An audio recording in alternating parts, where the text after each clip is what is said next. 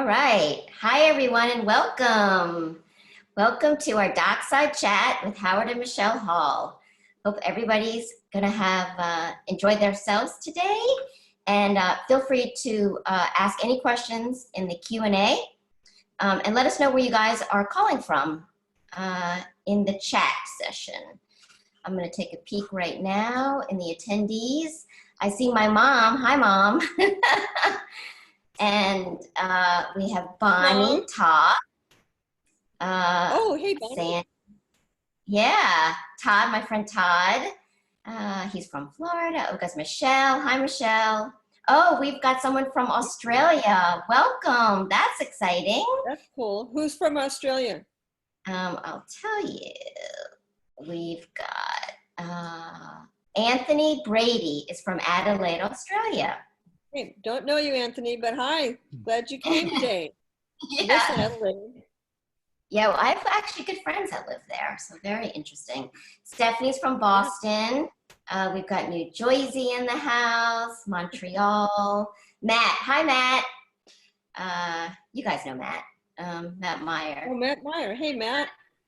Yeah, and Jeff Williamson, he knows a lot about sharks. And Jack, my husband, is on. Hi, Jack. Hi, Jack. All right, let's do this, James. All right, cool. All right, so welcome, everyone. When you think of incredible underwater movies and film, you definitely think of the dynamic husband and wife team of Howard and Michele Hall. Between them, they have won 7 Emmy Awards, awarded Best Picture and Best Documentary for Deep Sea 3D and Under the Sea 3D, grossing over $148 million. They have produced and directed for Nat Geo, PBS Nature and Secrets of the Ocean Realm. For the Halls, filming represents documenting the ocean's bounty and diversity for all to experience. Get a behind-the-scenes look today at what it's like to film for an IMAX movie. So I guess my first question is, how long have you guys been filming for IMAX, and how did you guys even get involved in doing that? Well, Howard directed the first IMAX 3D underwater film that was released in 1994. It was actually filmed all during 1994. And the way we got involved with that is kind of a fun story. You want to tell that? Well, the first film that I made that was entirely mine was a film called Seasons of the Sea, and it was made for the BBC and for PBS Nature. And the film was very successful. It was arguably the first underwater animal behavior film. And it was so successful that the executives at IMAX Corporation called me up and asked me to direct the first underwater 3D film in IMAX.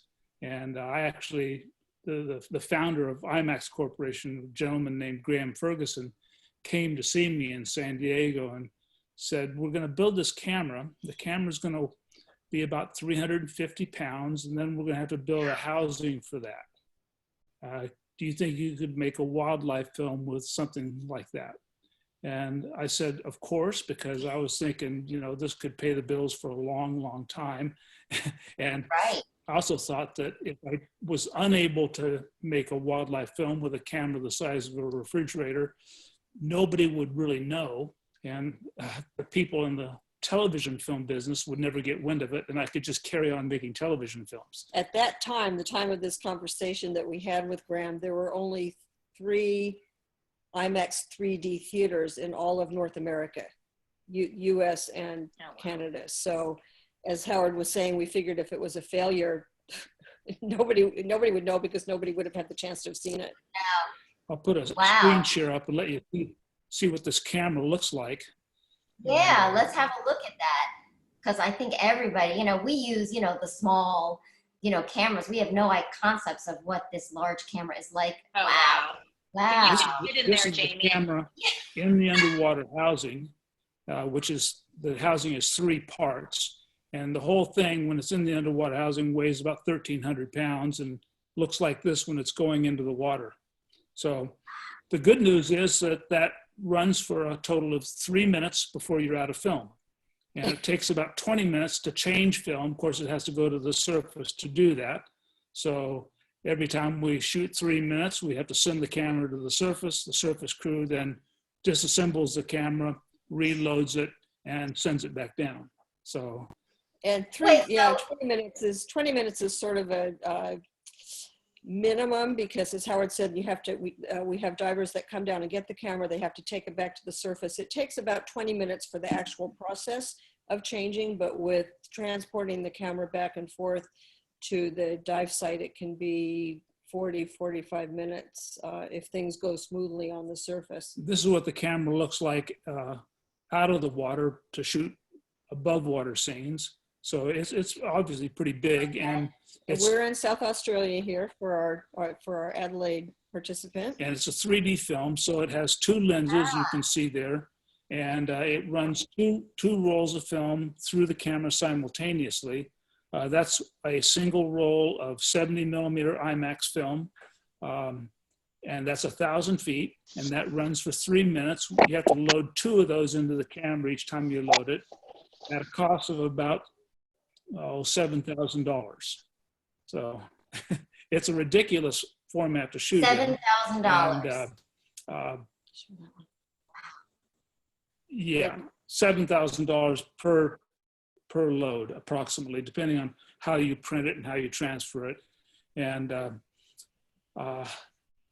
another disadvantage is that the camera is very loud. It makes a lot of noise. So animals that are disturbed by noise, like schooling hammerhead sharks and many other things, just run like crazy. And the camera, because it's a machine, it's a mechanism, very mechanical device, it takes almost 5 seconds for it to ramp up to speed. So there's 4 to 5 seconds of loud noise when the camera's running, but not really capturing a proper image. And the same when the camera's turned off. It runs down for about 4 or 5 seconds before it stops.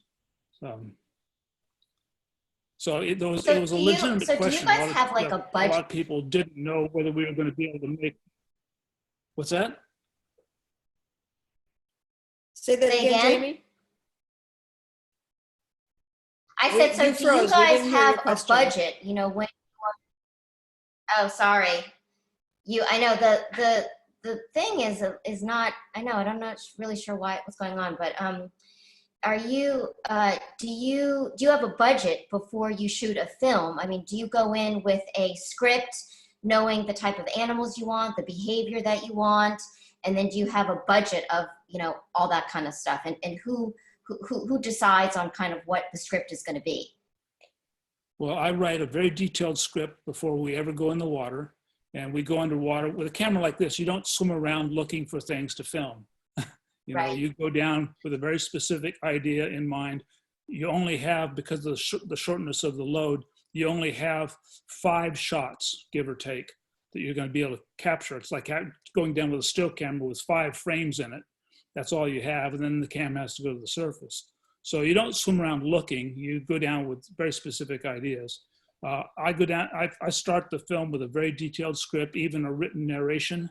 So all that is done. Of course, it changes as things progress, but I always have a very specific idea of what I'm going to do when I'm out there. And as animals change their minds about what they're going to do, I change the script and at the same time. So, Got it. And in terms of budget, absolutely, we have a budget. We're always fully funded before we start shooting. So we know how much we have to spend overall for the entire project, and we work out how much of that can be spent on film crew salaries, how much on boat charters, how much on film purchase, how much on travel. So we have all of that scoped out before we even go into the field for the first expedition. and then the money is supplied by, well, the first IMAX 3D film we did was supplied by the Canadian Film Board, National Science Foundation, and a consortium of IMAX theaters.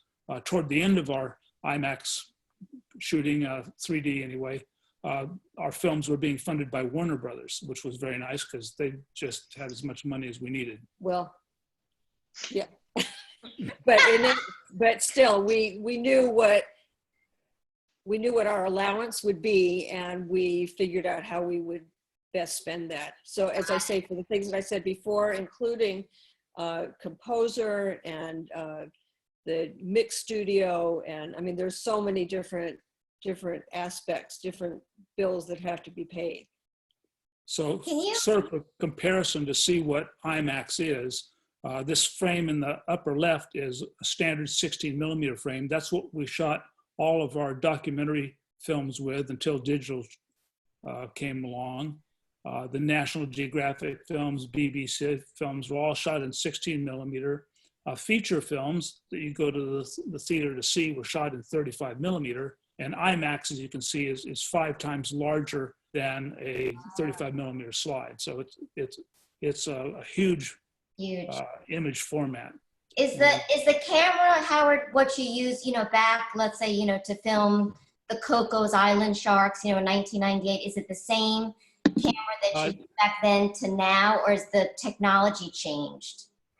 Well, the technology is changing very rapidly. When we shot the IMAX, the Cocos IMAX film, that was shot in 2D, and it was shot with a camera that looks like this. This is an IMAX 2D camera. It takes one roll of 70 millimeter film, and it projects a single image on the screen that you see in like any other film in just 2D. So often on dome screens and that sort of thing. So it's not so much that the technology has changed in terms of what we filmed, what the equipment that we used when we made Island of the Sharks at Cocos Island versus the deep sea 3D or under the sea 3D. It's that it's a slightly different format. They were both IMAX, they were both 70 millimeter, 15 perforation film, but Island of the Sharks was made with a smaller camera because it was 2D, one roll of film going through, and that's the camera that you see here, versus the way bigger one, the 1,300 pound system, was the 3D system. This was when we were in Tonga filming humpback whales, obviously. This is when we were on assignment for working with McGilvery Freeman Films, making their film called Humpback Whales. And in this case, because the camera's so big, it was not realistic for Howard to film that freediving, which is the way we would normally film humpback whales. It wouldn't be realistic to do that with a camera of this size and to hold the camera still. So we got special permission to use scuba, and he's got a little pony bottle, or maybe that is a full scuba tank on his back, a pony bottle on his back for filming the humpback whales.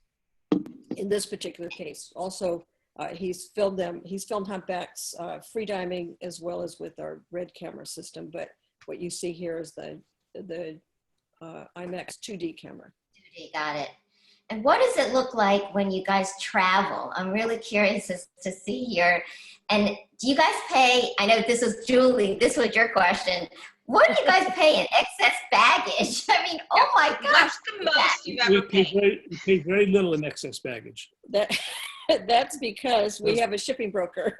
So one of the line items in that big budget that I mentioned earlier is the shipping, and I hire a shipping broker to manage all of that. What you see here is part of the package that we would travel with when we're making a 3D film. We would travel with 8,000 pounds of equipment. And that's half the gear, and here's the other half.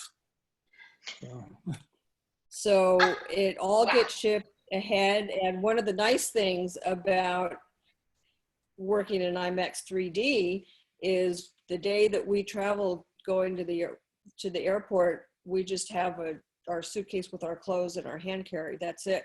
Unlike the old days when we were making television films and we would travel with 30 pieces of baggage and checking all that in at the airport the day of travel, hoping that it would make it on the flight, paying the excess baggage fees. With IMAX 3D and even with IMAX 2D, it all goes ahead of time by cargo. Oh, that's nice. That is nice. So I hear you've got some very cool clips for us, and we would love to see some sharks. What do you? I know you have a lot of stuff in there. So if you could show us, just start at the beginning, I guess, because I know you had a lot, and I know we're all excited to see some. Well, okay. I know you got I can show you. sharks and white shirt. Yeah, yeah, that's good. See, yeah, that's perfect. Okay, basking sharks. They're all Yeah, I put love on full frame so we can see it a little bit better. So this was in July of 2015. We went to Scotland and we spent a few days looking for and filming basking sharks. We This filmed was- basking sharks in California many years ago, and we've been trying to film them again ever since, but they just haven't returned to California. And but Scotland is a pretty predictable place to go and see them. Actually, while we were over in Scotland, I got an email from a friend who lives in Monterey. I think it was from Chuck Davis, wasn't it? From Chuck Davis saying he didn't realize where we were, and he just said, well, I just wanted to let you know that there's some basking sharks off the coast of Monterey right now in case you want to come up. And we said, yeah, thanks a lot, Chuck. We're in Scotland filming basking sharks. We went halfway around the world and they were all been in our backyard. Wow, Figures. very cool. That's amazing. What about that? Right, Can we yes, see that bait ball? Yep. Yeah, Is hammerheads. that is Cocos Yep. Island? cooling. Yeah, that's perfect. Hammerheads is fine. This bait ball footage was shot, yes, at Cocos Island. And this has got some narration on it. That's Linda Hunt narrating. This is a portion of our IMAX film that we shot at Cocos Island. Silky sharks and black-tip sharks move in for the attack. And this is all shot with the Jets on 2D outside of IMAX the camera. school dive towards the center for protection. 2D.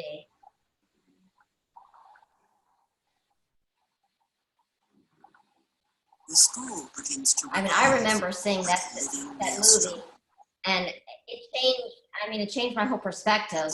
I became enamored, right? Didn't you, Julie? Like you saw the same film that I did. I actually told my husband yesterday, and he says we own it. So I'm like, it's great.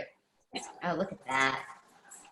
Island of the Sharks is probably the biggest influencer and the biggest thing that changed my life. As soon as I saw it, I knew exactly what I wanted to do, and it was this. And I think you had the same experience, didn't you, Jamie? Yep, exactly. That's really cool to know. This film I came had a feeling out in March of '97, March of '99, April of '99. Now, when you guys go down and you shoot, this, kind of like this behavior, and now I'm not talking about IMAX because that's a specific and you only have 3 minutes to shoot, but let's say you're doing other like documentaries. Do you, how do you capture that amazing behavior? Because I've seen, your footage on a lot of the other stuff that you've done. Do you go just sit there and wait? Do you spend a lot of time in one area? Do you, get the help of the dive guide? I mean, how do you, you see like, the guy with the mantis shrimp with his eggs in his mouth, or the predation, or whatever it is, and how do you know where to capture that? Well, when we do a sequence for a film, like a bait ball sequence, that bait ball sequence, keep in mind, was shot with the IMAX 2D camera that had 5 shots in it before I had to send it up and get a film change. So it took us, 10 days to shoot that bait ball At sequence? least. I mean, There's so much trial and error. a lot of time. And so when we're doing animal behavior stuff, it's really the same thing. We spend an average of about 4 to 5 days to shoot a 3-minute sequence for a film. And everything's largely planned out ahead of time. We know what to expect. We know whether the animal behavior that we're trying to capture is something that happens regularly enough that you can get it with the kind of camera we happen to use. Shooting animal behavior with a digital, video camera is a lot easier than shooting it with an IMAX camera because of the loads and the sound the camera makes. So how we do a behavior sequence is dependent upon how predictable the animal behavior is, the kind of camera we're using, and so forth. But we do a lot of research. We almost always have a marine biologist or an expert on board with us to help guide us through the animal behavior so we capture it the way it actually happens. and we just spend a lot of time. And when we are in the planning process and choosing locations to go to, it's, you know, it's sort of a mix, which comes first, chicken or the egg, but what we want to shoot, what we want to, the footage and the behavior that we want to capture and the locations to go to, we try to have more than one behavior, usually 3, 4, 5 behaviors that are reasonable to film in a particular location. We're out on location usually for a month, about a month at a time. And we choose our diving platform. The boats that we're going to charter are typically dive boats because their crew, the captains and the crew, know where to go. We talk about what animal behavior we're interested in, and they know where to go. If you just hire some boat that is just cruising through, they're not going to have a clue what reef to go to or Right. what particular site. So we really do depend on the boat's crew and captain, dive masters to help us with that. And then, as Howard said, we hire experts to go along with us to help keep us honest that we're filming what is really true behavior. Can you show us a little bit of that Secrets of the Sea clip that you have? Secrets of the Sea clip. Oh, Do you have the trailer? The trailer for the Yeah. new IMAX film? Yeah, the new one that you guys are. This is a film that we have in production now. The editing is essentially done, and we're in partnership with Jonathan and Christine Bird. Michelle and I and Jonathan and Christine are co-producing the film. And it's our first digital film. And, first digital IMAX film. First digital IMAX film. Ah. And and how long did it take to kind of, is this like 2 years in the making or 1 year in the making or? It's been about a year and a half in the making so far. And we have another 5 or so months before it'll actually be finished. Most of the footage has been shot now.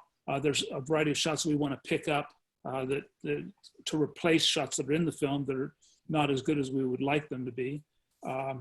And Jonathan has the footage now, which is being processed to very high resolution for the IMAX screen. So that's where it is now. And this is the trailer for the film.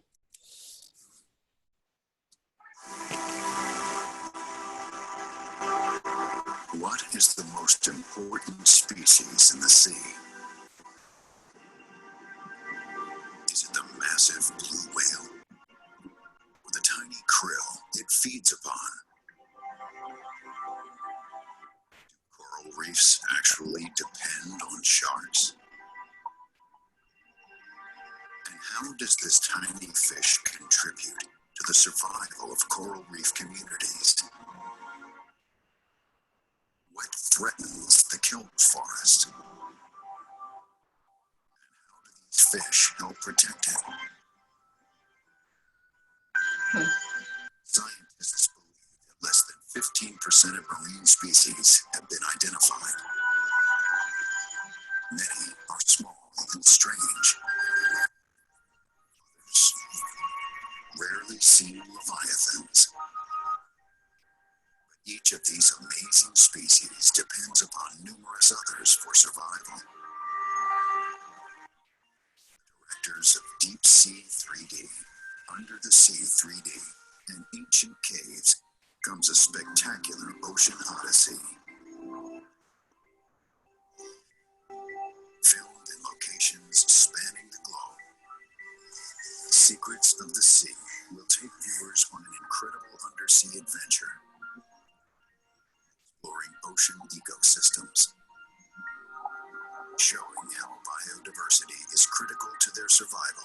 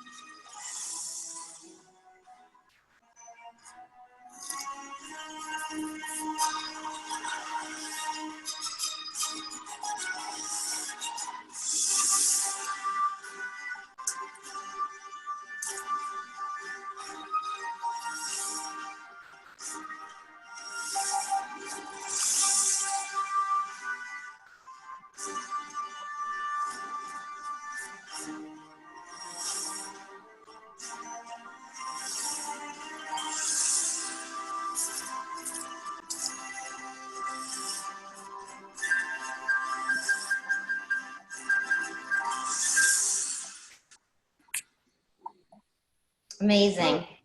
Probably the biggest obstacle that we have at this point, to releasing that film is that IMAX theaters around the world are pretty much closed.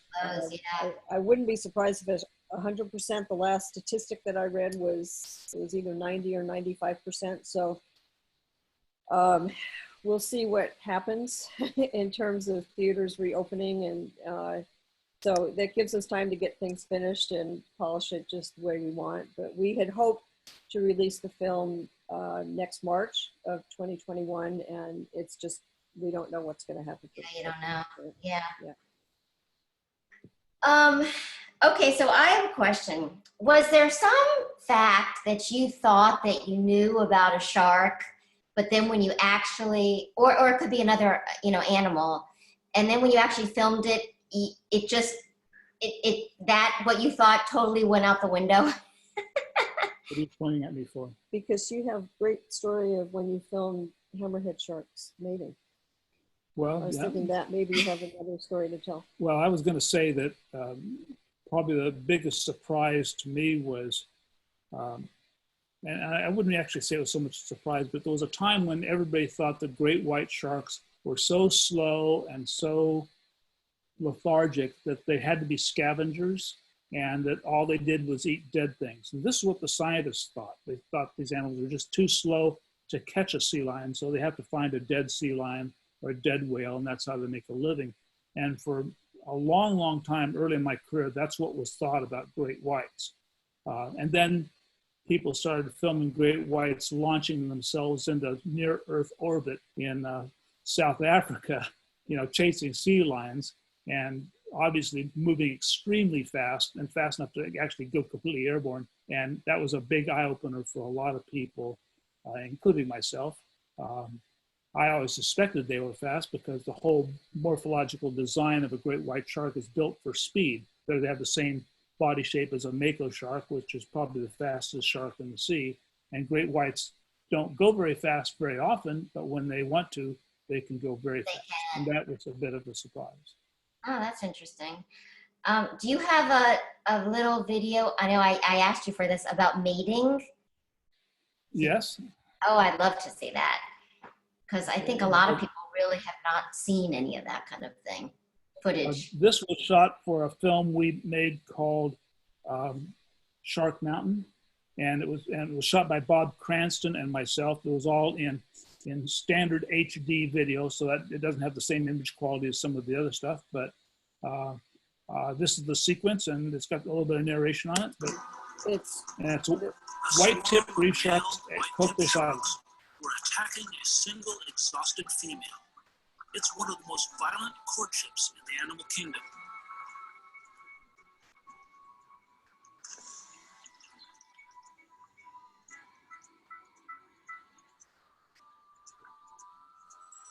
Male sharks have to hold on while they mate. They can only do that with their mouths.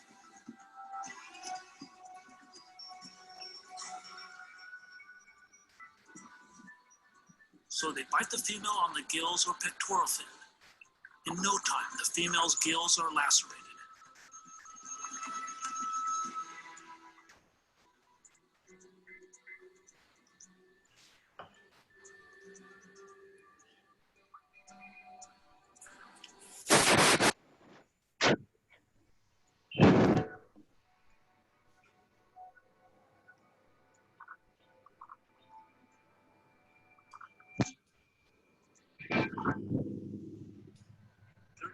Years of observing and filming sharks, I've seen courtship behavior only 4 times, and never have I seen the entire act start to finish. So that yellow camera that you saw Howard holding was an old HD, Sony HD digital camera, and you saw that he was wearing a rebreather. Yes. Yeah, we got a question actually about deco diving. Yeah, exactly. Do you deco dive sometimes to get the shots? You have to go into deco to get the shots. Oh yeah. Well, even on rebreather.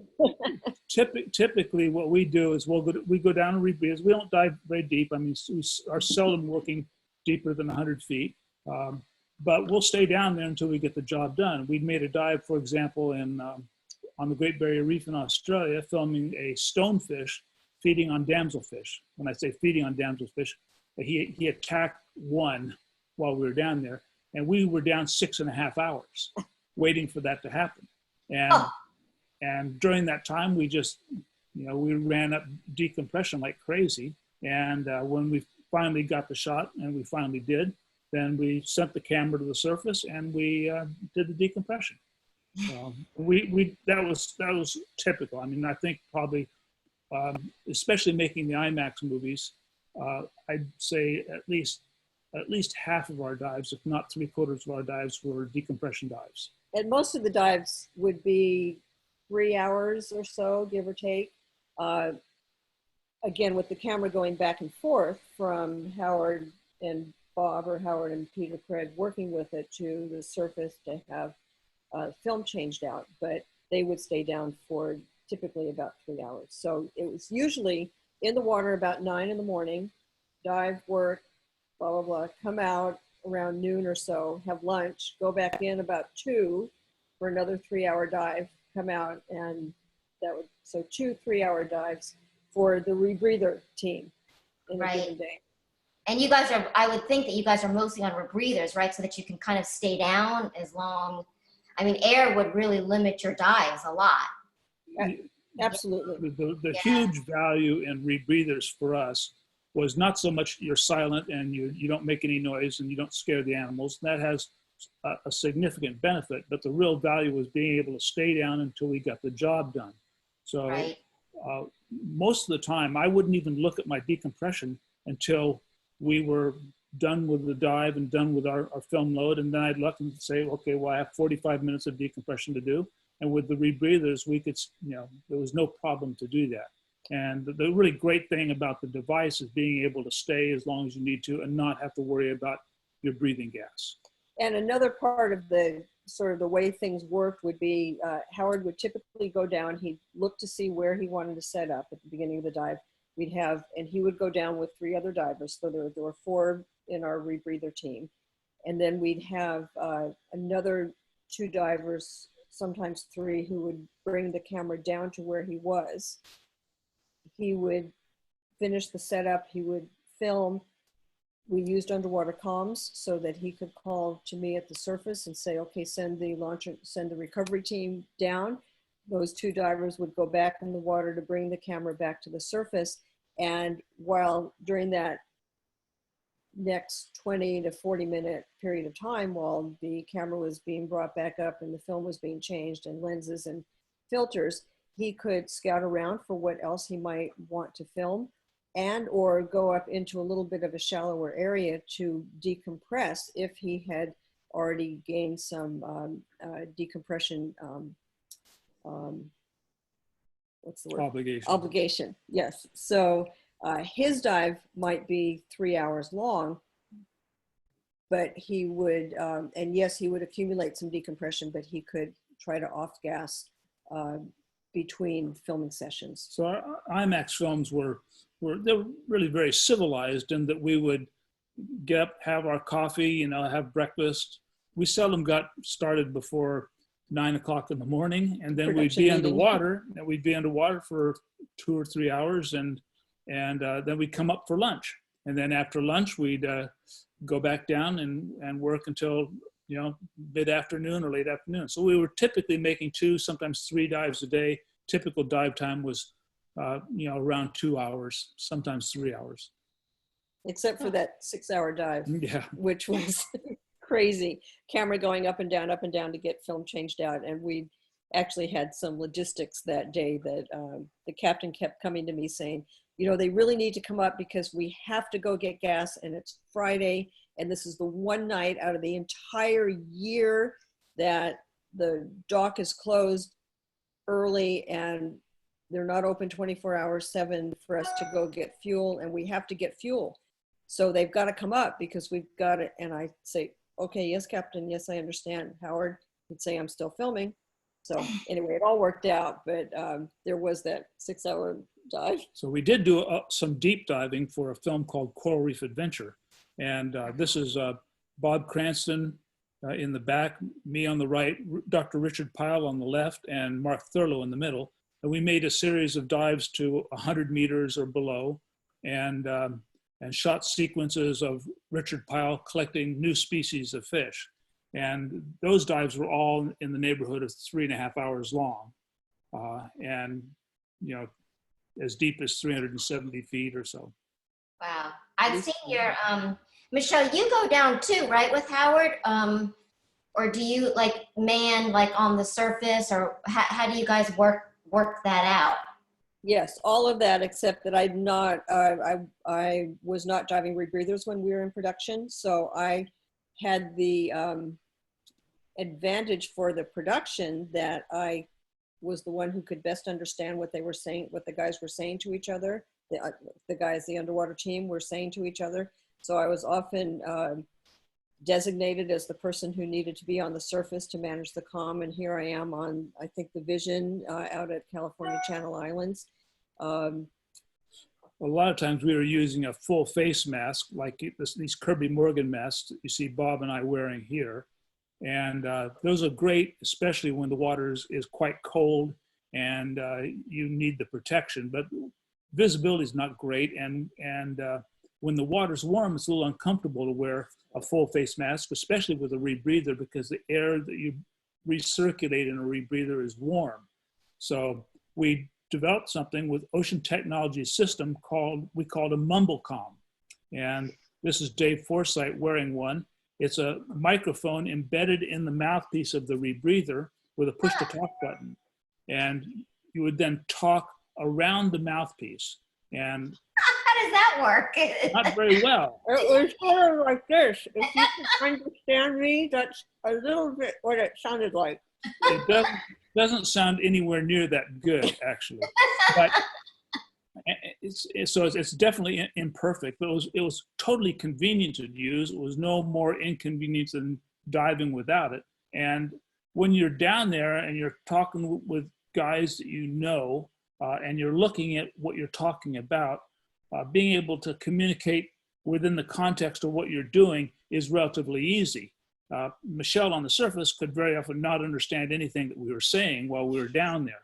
But then when I needed a film change, I would really concentrate on pronouncing the words clearly so that she could understand. And I would say surface copy, and she'd come back and say, what? Copy. And then I'd say, I need a film change, recover the camera, and I'd usually say everything twice. And he'd say, I need a wrench, and I'd say, you need a bench?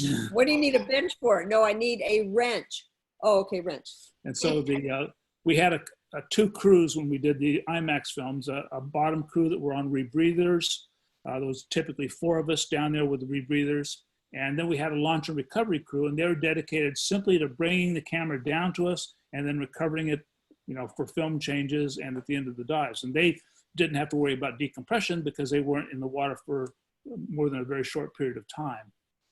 So, but to further answer your question, Jamie, I did dive whenever I could, and I would, when I was in the water, I always had my camera with me and would take behind the scenes photos. A lot of these photos that you see here are pictures that I took, as well as scouting, having an idea of what Howard might be looking to film. I would look to see if that animal or behavior was in the vicinity, or just what else might be happening opportunistically that he might be interested in filming.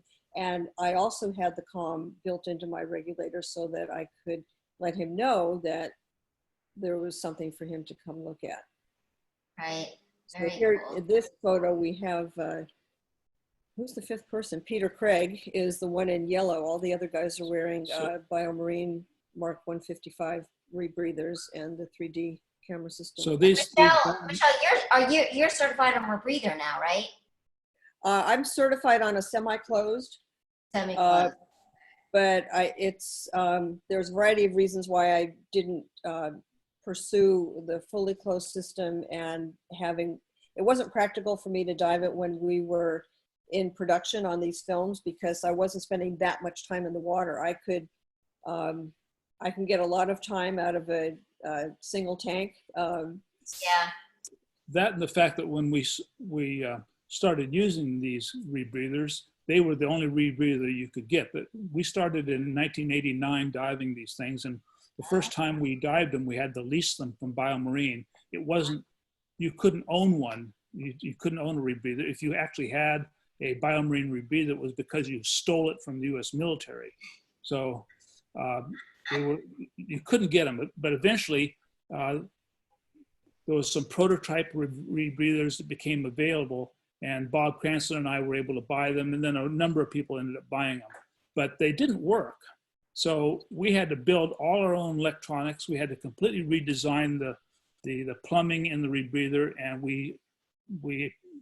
my friend Dave Forsythe printed the circuit boards, did all the programming, and we built basically the rebreather electronics from scratch.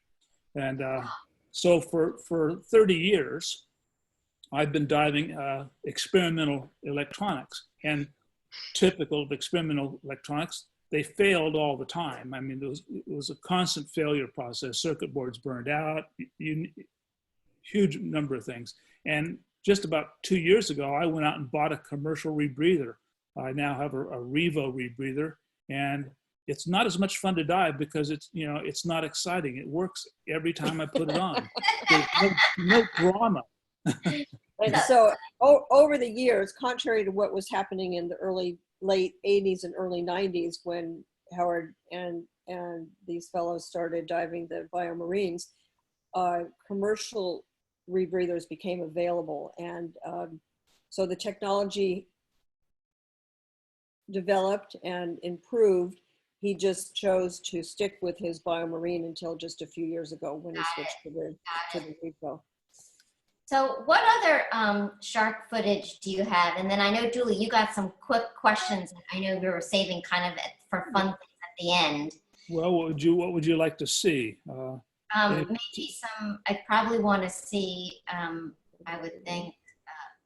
Well, I'll show you some hammerhead sharks. We looked at that. Yeah. Did we? Yeah, we looked at that. No, we didn't. Yeah, we did. No, we didn't see the video. We just saw yeah, there we go. Yeah, did we see the video? Oh no, you went to Baitballs Yeah, instead. you just don't Sorry, pay attention. no, you went to Baitballs So instead. this is footage we shot at the Mauricio Seamount, also known as El Bajo, in the Sea of Cortez, back in 1988, 89, when there was actually hammerheads there. And in the few years following making our film Shadows in a Desert Sea, fishermen completely wiped out all the hammerheads there. They're beginning to come back now, which is kind of exciting. We hope. But this was shot, this first shot was shot at Cocos Island with the IMAX camera, but all the other shots in this video were shot with 16 millimeter, and you'll be able to tell a pretty dramatic film quality difference. But this is what it looked like in 1989 on the Mauricio Seamount. Every morning you could go down and see hundreds of hammerhead sharks. It was absolutely the most spectacular place to dive in the world. It was just unbelievable. Wow, look at that. And one of the reasons we went to rebreathers is because I wanted to be able to see what was going on underneath these schools. We had seen the schools from the surface, and we could free dive down to, sometimes 70 or 80 feet to be partly in the schools, but we could never get underneath them because the bottom was about 140 feet. And this is a shot of hammerheads actually mating. And I had imagined that what was going on was the sharks were gathering at the seamount for mating purposes, because as most scientists will tell you, animals gather for mating or for feeding, and that's it. But that's not really actually true. But that was my thought. They were probably mating on the bottom. And so Bob and I made a whole series of rebreather dives on the seamount, and lo and behold, we got a shot of hammerheads actually mating. Obviously not a very good shot, but it was the first time it had ever been seen, and certainly the first time it had ever been filmed. And it was very exciting to see it. That is exciting. And I've never seen it since. I've been under water at Cocos Island with rebreathers for hours and hours and hours, and have never seen mating behavior again. Huh. Hammerheads. Hammerheads, yeah, that's interesting. Incredible. All right, what about, probably one of people would love to see great whites, right? I'm sure that's like a fan favorite. Okay, this is a short video of us making a film called Under the Sea 3D, and which was challenging because we wanted to film great whites. Obviously, you need a cage when you're filming great whites, so we had a cage specially designed which had a really big open door because the camera would not fit in the cage, and we couldn't put the camera in the cage and all the divers in the cage and lift all that. It was just too big. So we developed a system for going down and then bringing the camera down to us. And well, it's pretty kind of self-explanatory. So I'll just play this, and you can hear us talking on the comm also, which is kind of funny. So this is South Australia.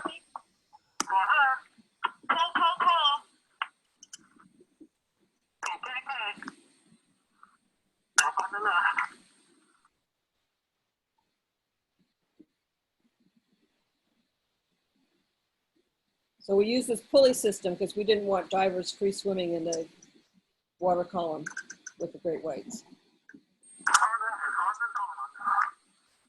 Copy that. Camera's on the bottom.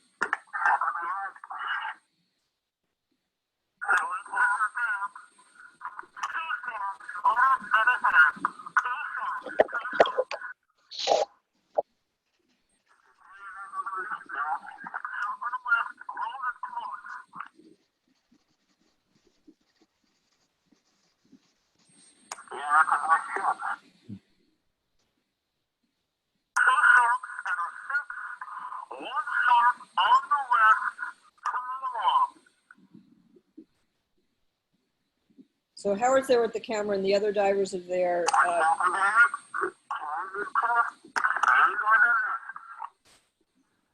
But you guys are in the cage or outside the cage? Well, we're sort of halfway in, halfway out, and I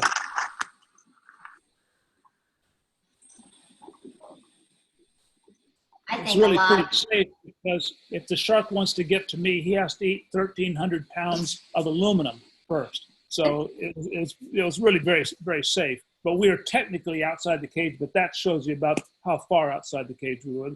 You know, the bait is in the cage. So the best place to be is right in the cage, or at least at the cage. And there's no real value in getting out of the cage unless you need to. And with the big camera, we needed to just because we couldn't really operate the camera inside the cage. But we had these great big doors, and we had divers that had these fiberglass prods you can see at the top of the frame there with a rubber tip on it. So if the shark got aggressive, we could kind of prod it off. They never got aggressive, and it was easy.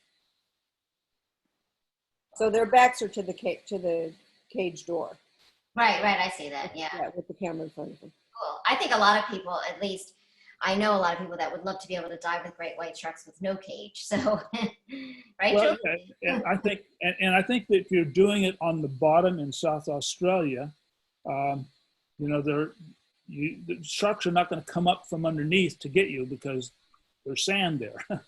But doing it at Guadalupe Island, personally, I wouldn't be outside the cage at Guadalupe Island. Yeah. I know a lot of people do it. They're very courageous, very brave. I wouldn't do it because the sharks feed on things they see silhouetted near the surface, and when they're coming up to get those things fast enough to literally go airborne, there's absolutely nothing you could do to prevent the shark from hitting you. Yeah. I saw some great footage that one of the guys at Farallon Islands did, where he put a camera in a surfboard and put it out, and the sharks hit it. And the time from when you first saw the shark, he had a camera looking down. From the time you first saw the shark until the shark hit the surfboard was 7 frames. That's about a third of a second. Wow, that's crazy. I think I did ask you, I think I was gonna ask you a question. The difference between filming blue whales and whale sharks. Is it, and let's say you're free diving, right, for both of them, because whale sharks, they're by the surface, and whales, is it the same kind of, do you, because they're moving and they're so big, do you get in front of them? Do you try to anticipate where they're gonna go? Do you, I'm assuming you have to hire the whole boat, of course. You don't want any other divers in the water because, as we all know, when we go to East and Moore Harris, there is lots of divers in the water. How do you work with big animals like that? Well, the truth is that filming blue whales and filming whale sharks probably couldn't be much more different. Oh, okay. Whale sharks, they don't care. They're not bothered by you. They're very slow. You can actually swim fast enough to keep up with a whale shark in many cases. And there's places where you can go, Isla Mujeres, Mexico, where you can see, 30 or 40 or 50 more whale sharks on a single dive, and they're right on the surface. And I've got some footage of whale sharks, I think, in here if you want to see it. But Just passed it. oh yeah, Okay. Go oh yeah, whale right sharks. there. And so it's really easy. And I shot this sequence at Isla Mujeres, Mexico, in about, I think we spent 4 days there or something like that. It couldn't have been easier. And 10 whoops. or 2 weeks or something, but that's okay. Well, but Yeah, I mean, I saw it you was have that really, shirt on, really right? easy. Beneath the surface, giants are gathering. Hmm. Whale sharks arrive by the hundreds. Now to get this shot, I just looked behind me, saw a whale shark coming, pointed the camera head, kind of moved over and let him swim underneath me. You would never do that with a blue whale. Oh, really? Okay. I've never swam with a blue whale, so I really, no, I don't. How they find this place is a mystery. Whale sharks gulp egg-laden water, filtering great volumes with each mouthful. So at Isla Mujeres, Mexico, the bonita, I think it is, spawn there, and they leave a lot of eggs right near the surface, and manta rays and whale sharks show up to feed on them. And there's literally hundreds of whale sharks in an area, a half mile across. And you're right, Jamie, there can be a lot of people because it's been found out and people show up as well. So you just have to kind of find the group, find an area where there are not a lot of other snorkelers in the water. Sometimes staying out later in the day is an advantage because the big boats with 100 people on board, they come out in the morning and they're usually gone by 11:30, 12, and we would stay well into the afternoon. So by comparison, the blue whale sequence that I will show you has taken me since 15 years. 15 years Well, to more shoot. than that, And 30. in 15 years, I've accumulated about 20 minutes of footage, maybe. Most of it is no good, but I keep it anyway because it's so darn hard to get. And this is the sequence on blue whales that I shot, and very, very hard one. A lot of this shot was shot in 2015, which was a very, very good year. Last year, we didn't see a single blue whale. The year before that, we saw some blue whales, but I never got a shot of them. Most years, I don't get a shot. It's very, very hard. The animals are obviously very big, which is problematic because when an animal is 70 or 80 feet long, you can imagine what kind of water visibility you have to be able to see the whole thing.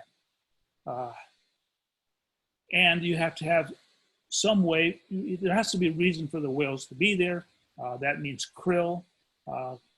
Krill occurs off the California coast sometimes, but usually down in deep water. And when the whales are feeding in deep water, there's not really much chance of getting a shot. So you also need, in addition to krill, you need opalescent squid feeding on krill, pushing them to the surface. So you need that. And you also need calm conditions on the surface because you're in the open ocean. So it has to be calm. It has to be extraordinarily clear. And even when you have all those things, there's no guarantees that blue whales will show up. So it's certainly the hardest thing I've ever filmed. And I'll just show you the sequence. Unmolested krill spread out. Only a rosy haze betrays their presence in millions. But there are animals that can comb this diffuse feast from the sea. One is the largest in the world, a blue whale.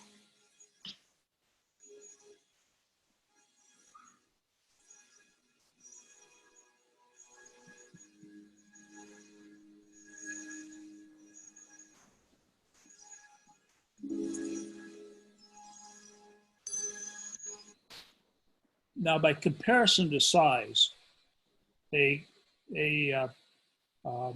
whale shark would fit in the mouth of that blue whale. Wow. And not make a bulge. I mean, that's the difference in size. Whale sharks are typically pretty big, but you know, a 30-foot whale shark would actually fit in the mouth, and you wouldn't even know it was there. These are, you know, 80 feet long. They're just absolutely enormous. Now, how deep are you right now shooting this?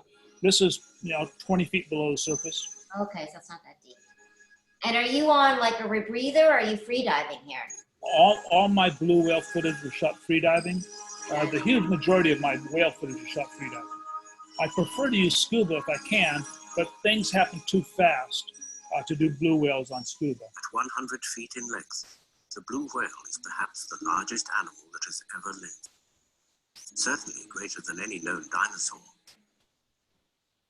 As heavy as 24 elephants, it exists only on krill. That's crazy, right? With a sideways rush, it opens its colossal mouth, engulfing an entire school. Wow. Its throat balloons, swollen with a torrent of the living sea. You could put an elephant in there. It wouldn't make a bulge.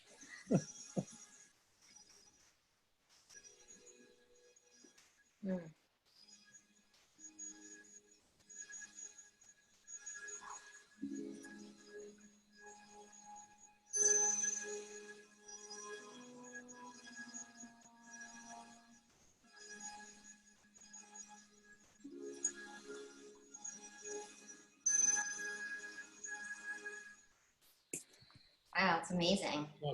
I get calls from people like the BBC and other film production companies all the time. They want to come out and film blue whales, and they ask what time of year would be best.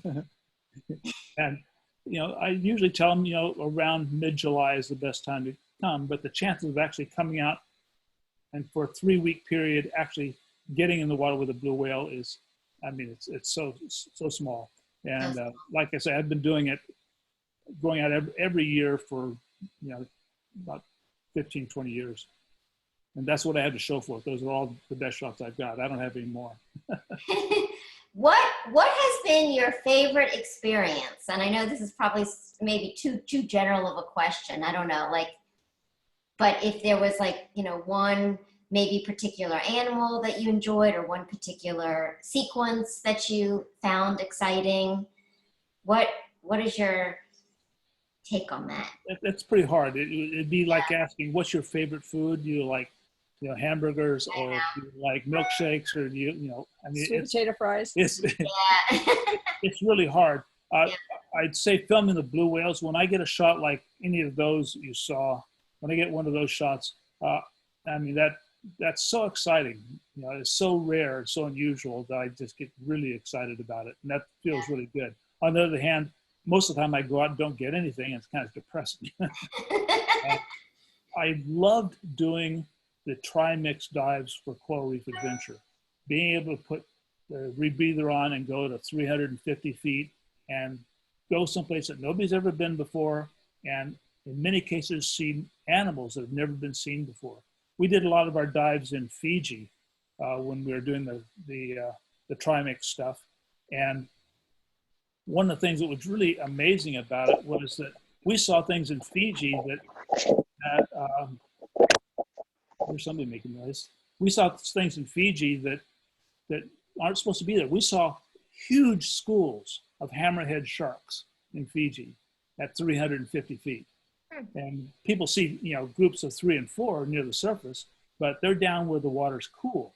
We saw thresher sharks.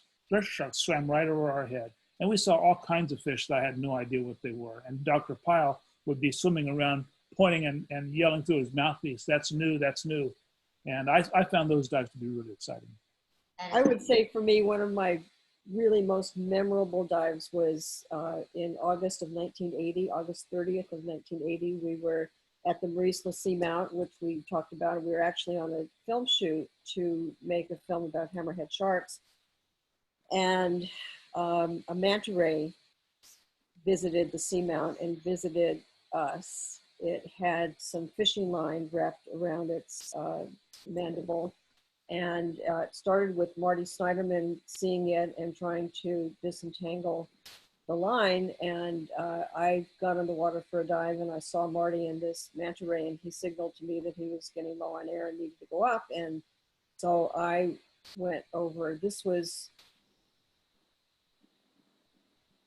incorrect to be so close to manta rays. Nobody, to our knowledge, had ever done before what I did that day, which first to get the last of the line off of the ray, but then it just was hovering below me, and I'm sorry, you can't resist. I mean, I was here and it was here, and I settled down on its back and held on, and it took me for a ride, and I call that my magic carpet ride. It just took me for a ride around the seamount.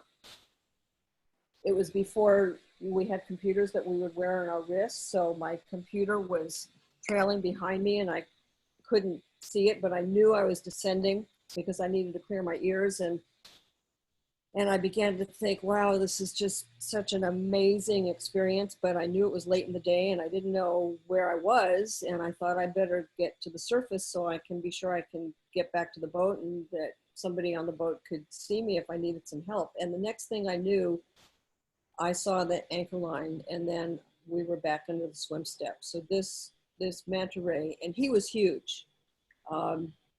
We estimated by photos that we ended up taking that he was about 18 feet from wingtip to wingtip. We called him Granddad. His eye sort of looked like it had cataracts, and he just looked really old and beat up. And but he took me back to the swim step, and over the next 3 days, every one of our film crew had a chance to ride this manta.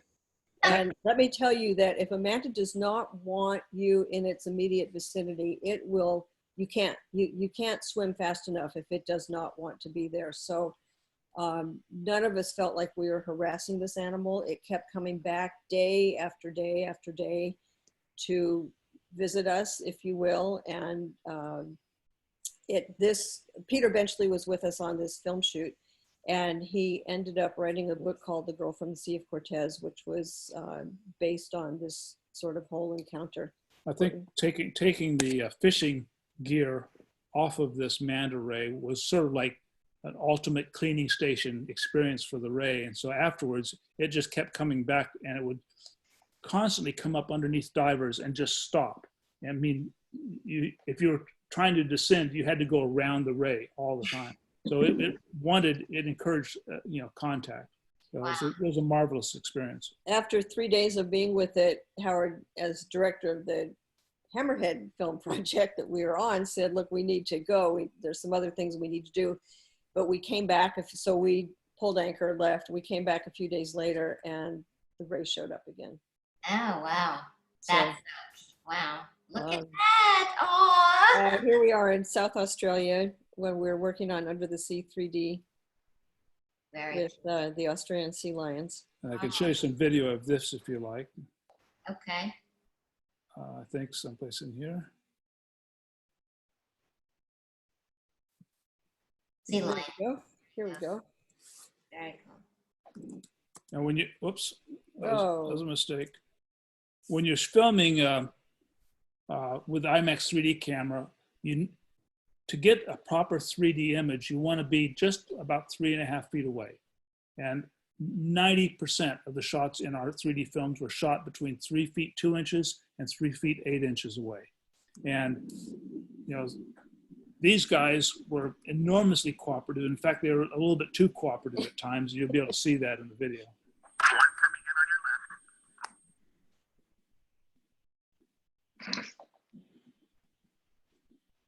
And as Howard was saying, the distance is so critical. He would actually measure where the camera was placed. But that's not going to work to have him his nose right on it. The one that's 3 to 4 feet away is good, but the guy with his nose on the dome, that's not going to work. He's like, what is this? I want to check it out. They are so curious. They really are like all over you. I mean, I've had that experience. They could see their reflection in the port, so. So they're checking it out. Yeah. If you want it close, you get it close.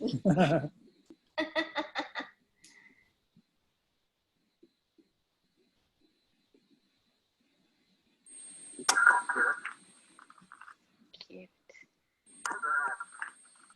That's pretty typical communication. I have no idea what they were saying. But that's a good shot there. Just the right distance away. Perfect. And that shot is in the film. That's great. Really, really cute. So I think we're going to wrap this up soon. I just have one comment from someone as an attendee, and Susie, right? Martins.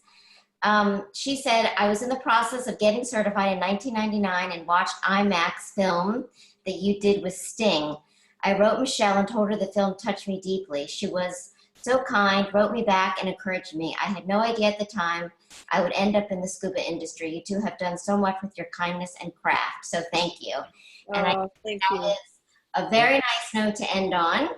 I thank you. I know Julie thanks you, and we love watching. I mean, your stuff is spectacular. And for anyone that, I know the film was a little bit choppy at time just because of connections, but please, everyone, go to, go to their website. Just type in, Howard Michele Hall. HowardHall.com. Easy. HowardHall.com.